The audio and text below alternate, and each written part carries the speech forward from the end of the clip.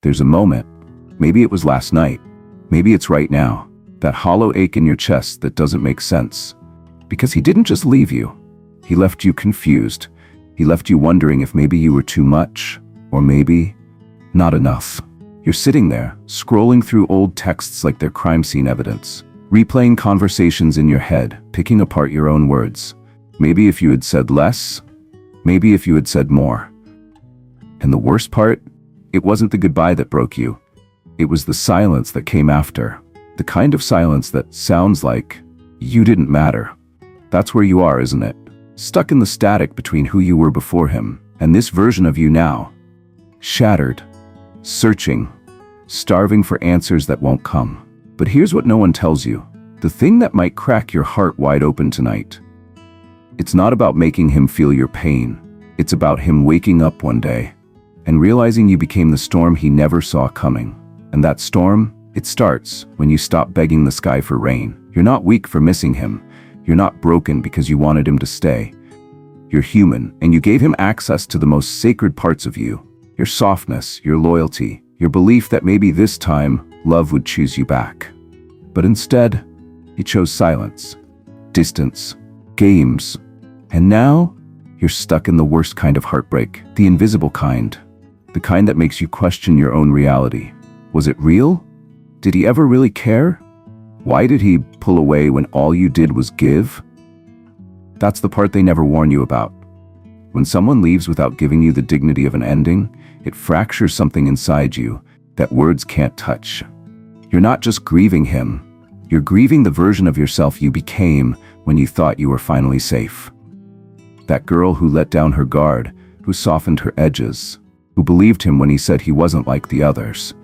And now you sit in the aftermath, wearing guilt like armor, wondering if it was your fault, if you were too emotional, too available, too easy to read. But I need you to hear me. It was never about your worth. It was about his inability to hold it. Some men don't leave because they stop wanting you. They leave because the weight of being seen, fully seen, suffocates them. They retreat not because you are too much, but because your depth exposed how little they've explored their own. And so you spiral, you overthink. You check your phone like it holds the answers. You replay the last moments, searching for the glitch, the misstep, the crack that made him turn cold. But the crack wasn't in you. It was always in him. You tolerated it because deep down, you feared that if you walked away, you'd confirm your worst fear, that you were easy to leave. So you stayed longer than your soul could afford. You bent, you forgave. You waited, and now the exhaustion sits heavy in your bones. Because heartbreak isn't just sadness. It's shame. It's the private, lonely ache of wondering why you let yourself fall so hard for someone who wasn't ready to catch you. But listen to me carefully. You're not weak because you wanted him. You're powerful the moment you stop letting that want turn into self-abandonment. The confusion you feel, that's not love. That's your nervous system screaming for clarity, for safety, for peace. And the first step to reclaiming that peace is realizing you don't have to understand why he did it. To start letting go of the version of you that let him. Here's the part no one tells you. The part your heart resists because it still wants to make sense of the chaos. It was never about you not being enough. It was about you giving enough to someone who never knew how to hold it. And that is not your shame to carry. That is his shadow. See, when someone disappears, breadcrumbs, ghosts, it's not because you misstepped. It's because you danced with a man who never learned how to stand still in intimacy. You touched places in him that scared the hell out of him. The places where he hides his unhealed boyhood wounds. Where love feels suffocating, not soothing. Where being seen feels like exposure, not connection. And instead of owning that, he ran. Because it's easier to ghost than to face the parts of himself that your love reflected. It's easier to breadcrumb than to admit he's not ready. It's easier to make you feel crazy than to face his own chaos. But here's where the real confusion starts. It's not his withdrawal that's breaking you anymore. It's the way you've made his behavior about your worth. This is the addiction no one warns you about. Not the addiction to him, but the addiction to proving him wrong about you. To winning him back so you don't have to sit with the ache of feeling discarded. But what if I told you that ache is sacred? that it's not your enemy, that it's your soul cracking open to show you the parts of you that have been negotiating your value for scraps. Because the real betrayal wasn't him ghosting, it was the moment you started ghosting yourself. Ignoring your body when it screamed, "This isn't love." Silencing your intuition when it whispered, "He's not safe." And that's where your power begins to awaken. Not in punishing him, not in making him feel the loss, but in making yourself feel the truth. The truth that you were never meant to chase someone into loving you. That love that leaves you anxious, guessing, doubting. That's not love. That's an old wound in disguise. And the only way to flip this entire dynamic isn't with silence that's meant to manipulate. It's with silence that's rooted in self-respect. Not the kind of silence that waits for him to notice, but the kind that doesn't need him to, because you've already noticed yourself. This is the psychological pivot point they don't teach you in fairy tales. The moment you stop asking, "Why did he hurt me?" and start asking, "Why did I think I had to be hurt to be chosen?" That's the twist that shifts the entire storyline.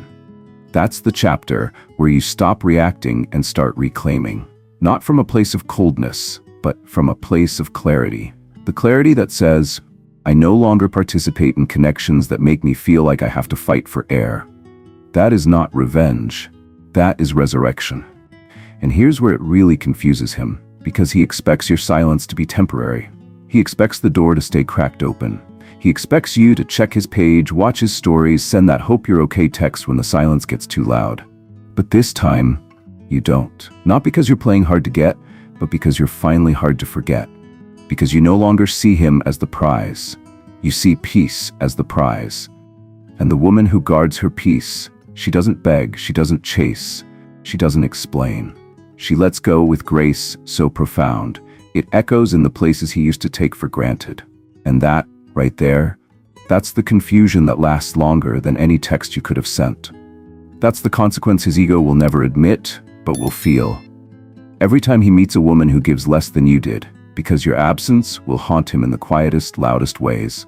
But the plot twist, you'll be too busy rising to care.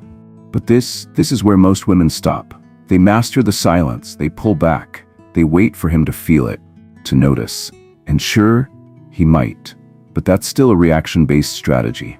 That's still your nervous system orbiting around his absence. That's still giving him real estate in your mind, your body, your breath.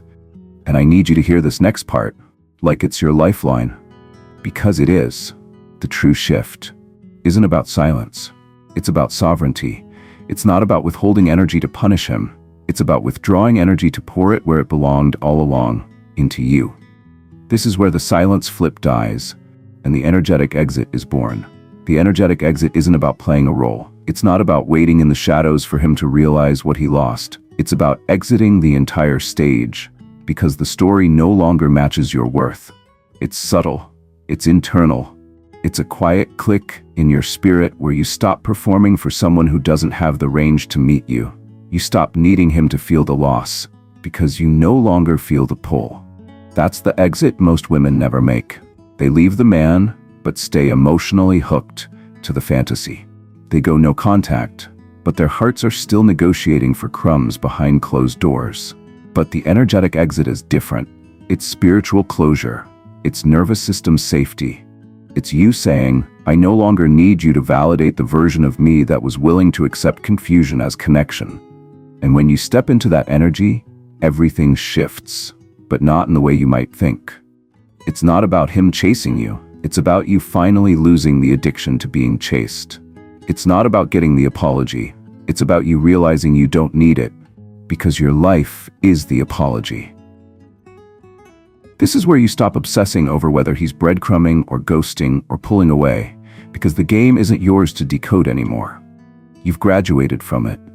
You've outgrown the playground where love felt like a reward you had to earn by suffering first. And here's the part that will confuse him in ways silence never could. When you stop orbiting his universe and start building your own. When you no longer need to prove your worth, because you are already too consumed in creating a life that reflects it. Your glow? It's not the revenge, it's the revolution. And while he's stuck in the pattern of testing women to see who will break first, You become the woman he can't reach. Not because you blocked him, but because he's not built for the altitude you're now flying at. This is the moment where emotional detachment stops being a tactic and becomes your new spiritual baseline. You're not suppressing feelings to seem strong. You're alchemizing them into standards so high. Only the emotionally available will have the courage to meet them. This is what the poets meant when they said, "The woman who heals herself becomes the hurricane no man can hold." Because the energy of a woman who no longer needs anyone to choose her, it's unsettling, it's magnetic, it's unforgettable. She doesn't negotiate her standards. She doesn't over-explain. She doesn't romanticize potential. She sees, she accepts, she moves on without announcing it, without needing him to feel it, without making it about him at all. Because here's the raw, unfiltered truth. The power isn't in him feeling the loss. The power is in you no longer needing him to. That's what makes you the woman he never forgets. Not the one who was silent, but the one who became untouchable. The one who turned the pain into wisdom, the ache into art, the heartbreak into a holy rebellion. This is not about making him regret. This is about you becoming the woman who refuses to regret loving deeply, but will never again confuse intensity with intimacy. You see, there's a part of you that thought the chaos was love, that the uncertainty was proof of depth, that the pain was the price you had to pay for connection. But you were lied to. Attachment wounds dressed as romance taught you that if you suffered enough, he might finally pick you. But you are done auditioning. You are done trying to earn love like a starving girl at a feast where the table was never set for you. The table? It's yours now. You build it. You sit at the head of it, and you decide who's allowed to join. Because when you own that, when you embody it, your absence won't just confuse him, it will gut him. But you won't be waiting for that, because you'll be too busy tasting the peace he never had the capacity to offer you. That's the energetic exit, and that's the chapter where you don't just heal. You rise and never look back. There comes a night, it doesn't announce itself, there's no warning, but you feel it. It's the night you stop checking the phone, you stop checking his page, you stop checking yourself in the mirror, wondering if you were the reason he left. It's the night you finally come home to yourself. And it feels quiet, almost anticlimactic, because healing doesn't come with fireworks, it comes with stillness. With you sitting in your own presence, realizing you are the thing you've been searching for. And in that moment, you see it all so clearly. You were never broken. You were just misdirecting your love. You weren't chasing him. You were chasing the reflection of a woman you thought you had to be to deserve love. But here's the plot twist. No one teaches you. You don't have to become smaller, softer, easier to digest. You don't have to perform for anyone's attention. You are not here to be chosen. You are here to choose peace over chaos, to choose your heart over his confusion, to choose a life where you are never again a background character in your own story. You're not the woman he lost. You're the woman he'll never be able to reach again. And the irony? He won't miss your texts. He won't miss your calls. He'll miss your essence, your light. The warmth he took for granted now turned into a wildfire he can't get close to anymore. Because you didn't just break his ego, you broke the pattern. And the woman who breaks the pattern, she becomes unforgettable. So let him sit in his confusion while you walk into your rebirth. This isn't the end. This is you coming back to yourself. Fully, fiercely, finally. The love you craved from him, it was always yours to give. So give it to the woman in the mirror. Watch what happens when she stops waiting and starts becoming. Because the glow he took for granted, it's not gone. It's just reserved for you.